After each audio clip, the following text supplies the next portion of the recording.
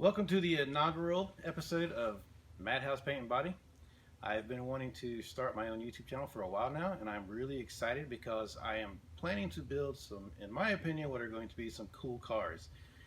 But for this first series, I'm going to do an LS swap in a Camaro, so follow along with me.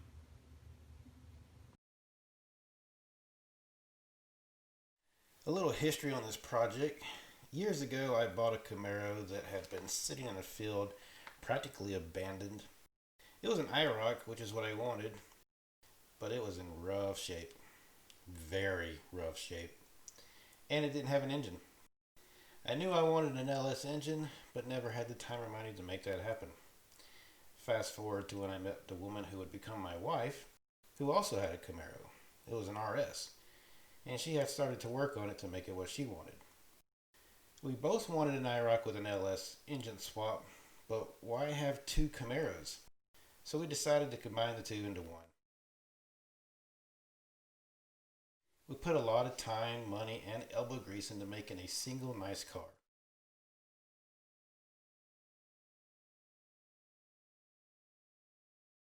But it still had the puny V6 from the RS, and it broke down a lot.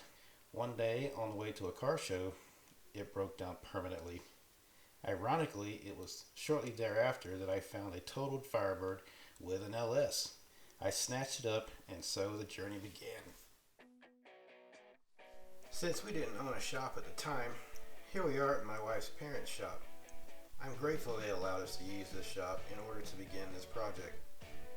If you're removing an engine the old-fashioned way with an engine hoist, then it's a good idea to remove the hood.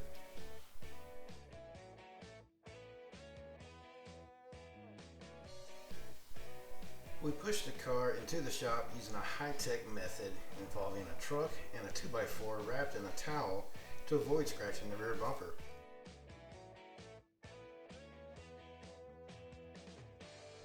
Step 1. Jack up your car. There's a number of reasons to be crawling around under the car, so the car was raised up and placed on jack stands to facilitate being able to do this in a safe manner. Never get under a car using only a jack. Since I have to remove the fender liners to access wiring and vacuum lines, the wheels and tires were removed as well. A bonus is that it gives some extra wiggle room while under the car. The air cleaner, fuel and AC lines, coolant hoses, motor mounts, and anything else that connects the engine to the car need to be disassembled.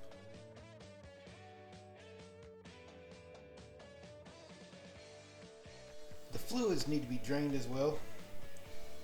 After the coolant is emptied, the transmission lines going to the radiator will be disconnected and drained. I can't lie though, I never seem to be able to do this part without making a big mess all over the floor. It's a good idea to remove the radiator and AC condenser. Not only will it give you more room and access to certain bolts on the front of the engine, it also removes the chance of damaging these units while the engine is being hoisted out of the car.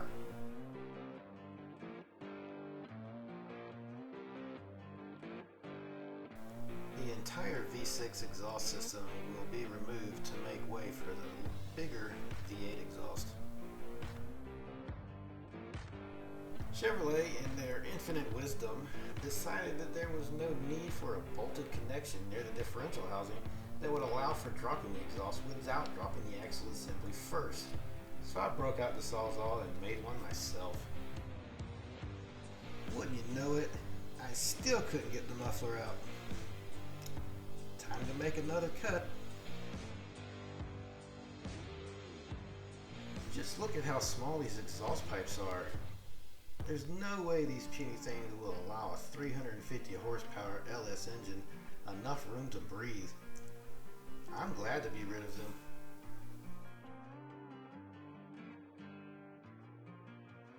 Now we can finish taking the rest of the exhaust out of the way.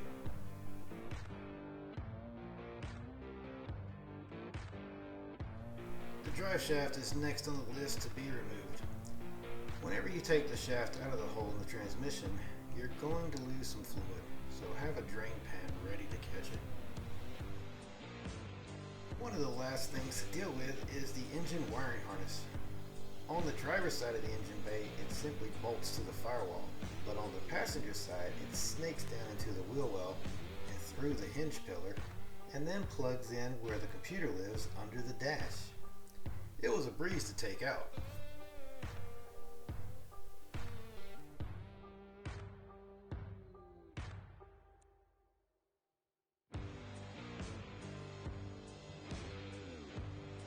No, seriously, it wasn't that bad. Anyone who's ever taken the front bumper off a third gen Camaro will tell you it is not an easy task. But because of the amount of time and effort we put into making it look nice, we decided it was best to get it out of the way so it wouldn't get scratched. We were ready for this yet to be recycled boat anchor to be out of the engine bay. So the three of us drank a whole lot of coffee and lifted the dead six-banger out of the way. Just look at us go. If you enjoy what you're watching here, make sure you subscribe, hit the like button, and share this video with your friends.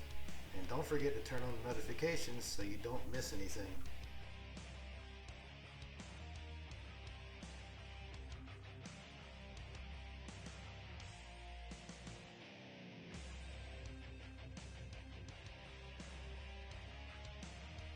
And just so you know, here is the future home of an LS engine.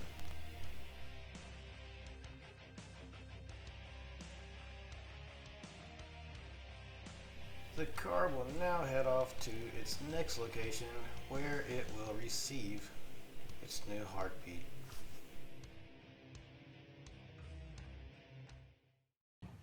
Well, that's it for episode 1. Stay tuned for episode 2 when we show you how we got the engine in the car.